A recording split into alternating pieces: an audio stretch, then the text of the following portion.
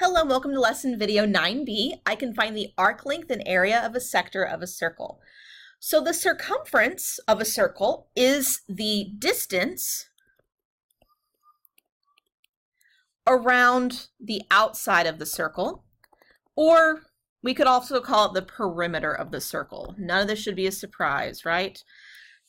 And we have two formulas for circumference of a circle. Either circumference equals 2 pi r, where the r is the radius of the circle, or circumference equals pi d, where d is the diameter, because of course 2r is the equivalent of a diameter, so that's why they're the same.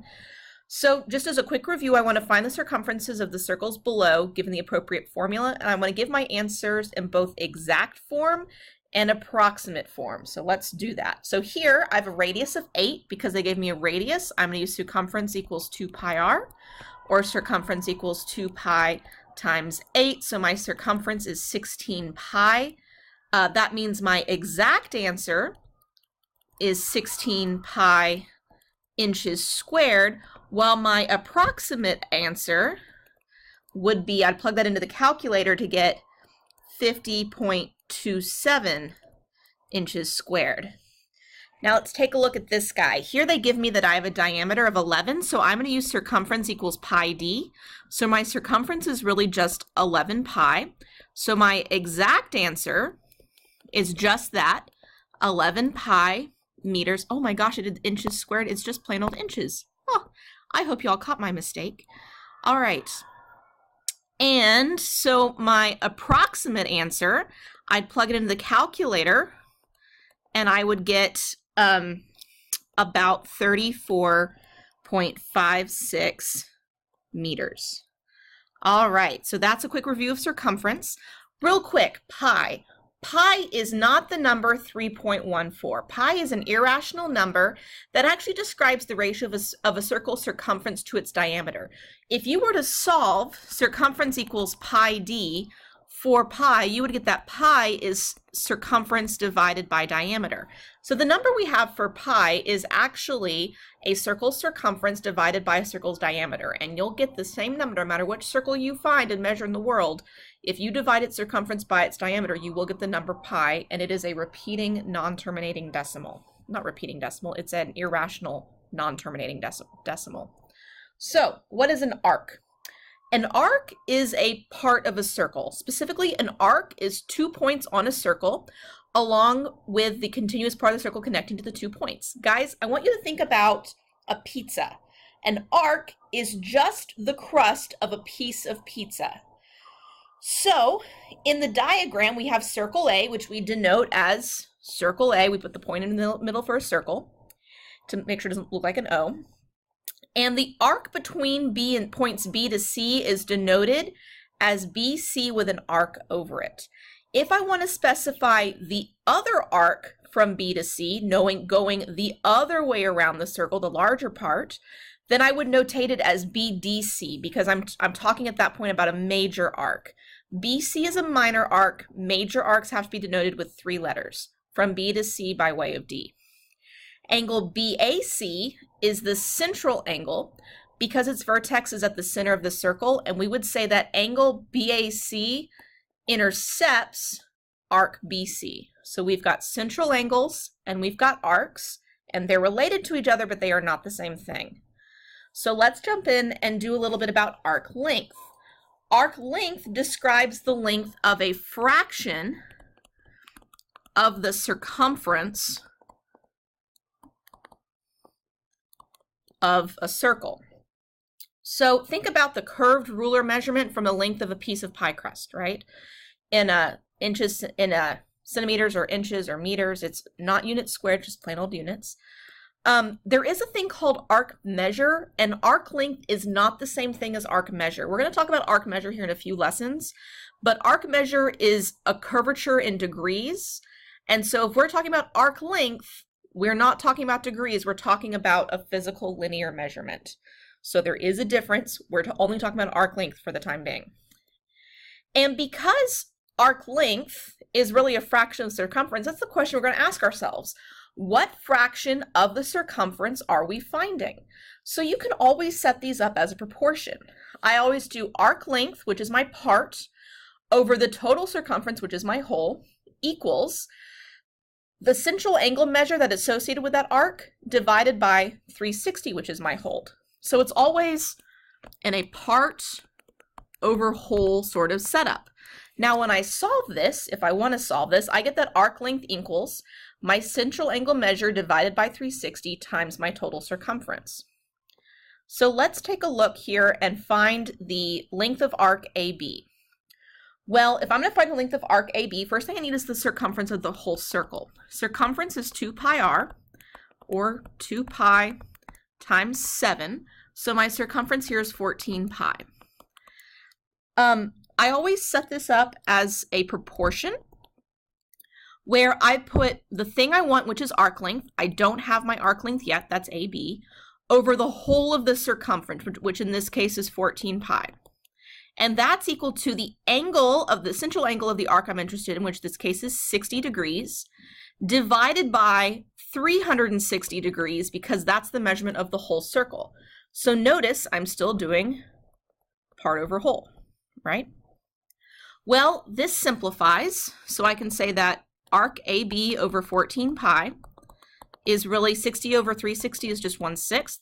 I can multiply both sides by 14 pi so that those cancel. And I get that AB is equal to, this can reduce and 2 can come out of both to get me a 7 here and a 3 here. So my exact answer would be 7 pi over 3 inches, which is approximately, when I plug that into the calculator, oh, that's wrong. 1 second. Pause. Which is approximately 7.33 inches when I put 7 pi over 3 in my calculator. So this is the exact, and this is my approximate. You do need to know the difference, guys. Okay. All right, let's move right on along. So if I want to find in this next problem the arc lengths of ED, ECD, CDE, and DEC. Well, let's set up each one in turn. So let's look at ED first. ED is this arc right here. For all of these, I need the circumference of the circle before I can ever start. And my circumference is pi d.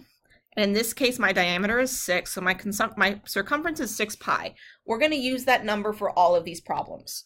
So if I'm looking for ED, arc length of ED is to 6 pi, as 48 degrees is to a full 360 degrees. That's my setup. So 48 over 360 will actually reduce to 2 over 15. And I can get my ED isolated by multiplying both sides by 6 pi up above. So down here I still have times 6 pi. I can take a 3 out of both of these to make this a 5 and this a 2. So the length of ED is really 4 pi over 5. And that's my exact answer. I'm going to leave it just like that. So if we're talking about ECD on the other hand, ECD over 6 pi, I need to figure out the angle measure for ECD. Well, let's look at ECD in my diagram here. From E tracing through C back to D is really the same thing as 360 degrees minus 48. That's going to get me 312 degrees for my angle measure ECD. 312 degrees. So that's actually going to reduce here to 13 out of 15. And just like before, I'd multiply the 6 pi to the other side to get that ECD is equal to, we can reduce here, a 3 comes out of both. So I get 5 and a 2, so I get 26 pi over 5 would be my final answer. So now let's look at CDE. CDE is this arc right here, CDE. If you notice, that's sitting on a diameter. So really, the central angle measure here would be 180 degrees. So we're going to say that CDE, arc length CDE out of 6 pi is equal to 180 degrees out of 360. Well, that 180 out of 360 becomes 1 over 2. I can multiply the 6 pi the other side to get that CDE is equal to 1/2 times 6 pi, or what I really like is that that's a plain old 3 pi. That's my exact answer. I can leave it just like that. And now let's take a look at right here, DEC. So DEC, that's a major arc, and it looks like it's 48 plus 180 degrees, right? 48 plus 180 degrees, which really gets me a total of 228 degrees. So if I want to find arc length DEC out of 6 pi, that would be 228 degrees out of 360. Well, this reduces in the calculator to 19 over 30 times 6 pi. So I get arc length DEC. The 6 and the 30 can cancel, leaving you with a 5 down here. So DEC is really 19 pi over 5 units. Okay, so there you go. Let's take a minute real quick and look at the relationship between arc ED, well, arc ED is right here, and arc ECD. Arc ECD is the arc that goes from E to D but passes through C. If you notice, they complete the whole circle, right? So ED plus ECD needs to equal your whole circumference. Well, for ED, I got 4 pi over 5, and for ECD, I got 26 pi over 5. When I add those together, that becomes 30 pi over 5, which is in fact 6 pi, or what I originally got as the whole circumference, so I did it right. All right, let's carry on. The next topic in here is area. This is very closely related to the thing we just did, but we're going to talk about area as opposed to circumference. You guys already know that the area of a circle can be found with pi r squared. So if I want to find the area of these two circles here, I would say area equals pi times 2 squared, or area equals 4 pi. That's my exact area, which is 4 pi. And so my approximate, I'd plug that into the calculator and get 12.566 units squared for my approximate area. I want you guys now to do this next piece here on your own. So take a minute and find the approximate, or the exact and the approximate area. Now go ahead and check your answers. Okay, let's take a look at area of a sector. A sector is the region inside a circle bound by 2 radii in an arc. This is the entire slice of pizza, not just the crust. So we're talking about an area at this point. It's this whole thing here. And if I want to find the perimeter of a, guys, make a correction here. This needs to say sector. It's really a radius plus an arc length. That's what's bounding this thing. So if we want to find the area of a sector, well, the area sector is again a fraction of a circle's whole area. So that strategy we were using before to find arc length, we're going to use the exact same strategy to find sector area. We're still doing part out of whole, except this time my part is sector area and my whole is total area. So I would say sector area over total area equals central angle measure over 360. You can again solve that to say sector area equals central angle measure over 360 times total area. So let's do some examples together. This first one, I want to find the area of the sector bound by angle GFH. Well, angle GFH is this guy right here. He's 40 degrees. So I would say x over my total area. Well, I need a total area. Area is pi r squared. My r here happens to be 5 because the diameter is 10, so my area is going to be 25 pi for all of these problems. So I have the thing I'm missing out of the total area, which is 25 pi, equals the angle measure I'm interested in, which is 40 degrees, out of the total angle, which is 360. Now this is going to reduce to 1/9, and just like before, I'm going to multiply 25 pi over the other side to cancel my denominator. So I get x equals 1/9 times 25 pi, which we can leave as an exact answer of 25 pi over 9. If you wanted to get that into approximate solution, you could plug in your calculator and get approximately 8.73 meters squared, but that is unnecessary. So let's take a look at HFJ. HFJ is this angle right here, and if you notice, if this guy was 40, these two are supplementary angles, so he must be 140, so the two of them add to 180.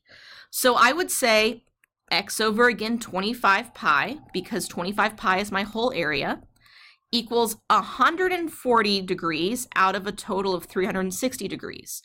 This is going to reduce 140 out of 360, actually is 7/18, and I'm going to multiply by 25 pi to move it to the other side. I'm just not showing that cancellation, but you guys are smart to figure that out. So when I multiply across, nothing cancels with the denominator, so I actually get 175 pi over 18 as my area, meters squared. If I want the area bound by angle JFG, JFG is this angle here. That's the semicircle. It's 180 degrees. Semicircles are half of a circle, so I expect to get half of the area of this circle. But let's make sure this formula still works out for that. So I would set it up as x over 25 pi is equal to 180 degrees out of 360 degrees, which means x needs to equal, this reduces to 1 over 2, and I'd multiply by the denominator over here to move it to the other side. So I would get 25 pi over 2, which is, of course, half of 25 pi meters squared. So I did it right. Now, if I want the sector associated with reflex angle HFJ, well, HFJ is here, so the reflex angle would be all the way around here. That'd be 360 minus 140, which would get me 220, right? Yes. So I would say x over 25 pi is equal to 220 divided by 360, which is 220 over 360 reduces to 11 over 18, and I multiply that by 25 pi. Nothing's going to cancel, so I end up with 275 pi out of 18 meters squared is my final answer. All right, guys, I want y'all now to do these last two questions as a try me. Try them out, and we'll check your solutions against what we get here in just a second. So try these two problems. All right, guys, go ahead and check your work. I've left all of my answers in exact form. Remember, you have to use the same total area in both of your denominators here, and then the only thing that really changes, depending on what you're looking for, is the angle you physically plug in up here. Otherwise, it solves the exact same way. All right, guys, good job. Take a look at the MML and let us know if you have any questions. Thank you.